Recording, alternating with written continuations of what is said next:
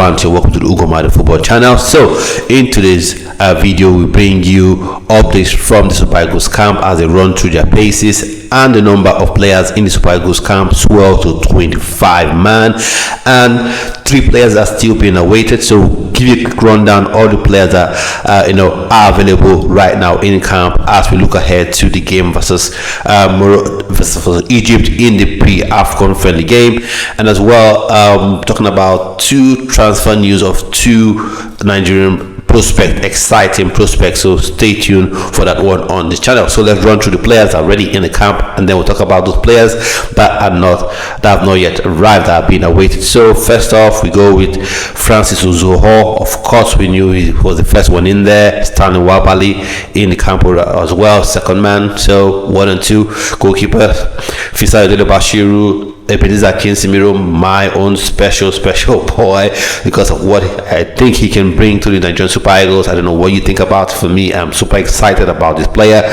So let's wait and see what happens if indeed he gets to play in today's game versus Egypt. And then of course we have our Maso Basuge, Semia Jai, Ademola Lukman, Brighton Sai Samuel, Igor Bu, hoping he starts today as well. Tochukwu Nadi, and the new boy in the heart of Nigerian midfield, plays for Zulte Waregem in the Belgian league, and maybe he gets to play in today's fixtures. I would like to see some of those new boys invited, even the ones I don't really rate like Salim Vago, but I'd like to see what they can do. And that's talking about Tochukwu Nadi, has been linked to move to English Premier League side West Ham United, so fingers crossed on that one. Let's see how things progress. And then Zaidu Sanusi already in camp as well, Frank Onyeka, Calvin Bassi, and Alex Iwobi. Then we go on to Wilfred Ndidi, Bruno Yemachi, Akko Adams.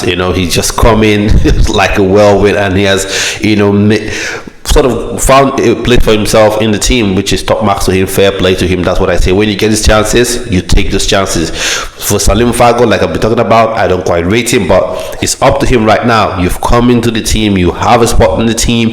When you get those chances, you best take them. And then we go on to talk about Siri Dessas. I have my issues about him being there, but he is there. Chidera Juke, we've seen the shots on the channel, very skillful, can dribble, but end product, we'll have to shake our heads a bit and look at that one. So let's see how that one shakes out. Let's see how he fits into this setup. Indeed, he came on, in the game versus what's it called now, in the playoff finals, semi-finals, and finals. In the semi-final, he scored a goal, so top marks to him. Let's see if he can build on that, given that he scored in the game for Sevilla, his club in Spanish La Liga. Same thing with Akko Adams, who scored as well. And so let's see how that shakes out. And then of course Rafael Onyedika, I think he has been hard done by. He's been kept on the bench all this while for the World Cup qualifiers, for the playoffs themselves. It's just absolute madness in my humble opinion. And of course we got Ryan Alebesu should make his debut. Chidozie Awaziem, Usman Mohammed, after 6 odd years, or Jarabas is getting to don the shirt of a Nigerian team, not just Nigerian Super Eagles. So let's see what happens with that one. I don't quite get why he's here, but he is here. What can we do? And then of course we've got players being awaited, expected to be arriving today. Looking at Victor Osimhen, Samuel Chukwueze, and Moses Simon. Let's see how it all pans out. Hopefully everything is okay, they're safe, and they arrive on time to be part of the team. Maybe they didn't get to play in the friendly game today against Egypt, but I think they would still have a big part, of course, especially Victor Osimhen will have a huge part to play in the coming days. Now let's go to some quick transfer news. First, before I talk about transfer news, there's some news that's been flying around talking about DRC Congo could lose their spot due to the fact that they play some ineligible players because according to FIFA, the citizenship rights of your player must be tied to the citizenship rights allowed by the country you're playing for. So if your country doesn't allow for dual citizenship, the player who is switching nationality must completely renounce the other citizenship and not just switching. So, and according to some reports, DRC Congo don't have dual nationality, don't allow for dual nationality. But let's see how it all shakes down. For me, I look at this and feel like, would it really, does Nigeria even really need to go to the World Cup? Yeah, going to the World Cup, if it turns, don't get me wrong, if tomorrow it turns out FIFA kicks DRC Congo out and Nigeria happens to go to the World Cup, I'll be happy about that. But do I see any lessons learned so far, given how this team have been constructed? I don't quite think so, in my humble opinion. Let's see how it all shakes down. I'm sure DRC Congo will be absolutely gutted if they don't get to go to the World Cup, given that they put in the hard yards and will just get done by administrative issues. And that is one of the things you have to take note when you're doing nationality switches. So every other thing you're doing, make sure you have your players eligible. South Africa suffered, didn't quite cost them the ultimate prize at the end, but they did suffer some heartache when they played an ineligible player in the World Cup qualifying round. So let's see how that all shapes up. I'm not even going to say fingers crossed. If it happens that Nigeria somehow sneaks into those playoff round, they slip into it. So let's continue with a bit of update I want to give you. So two players, Sani Suleiman has had interest from Leicester City, Watford in the English Championship. Talks about the Spurs being interested, Chelsea being interested in him as well. For me, Sani Suleiman, I would say this: he was the brightest spark in that under-20 team in the under-20 World Cup. Capable of going both ways, left foot, right foot.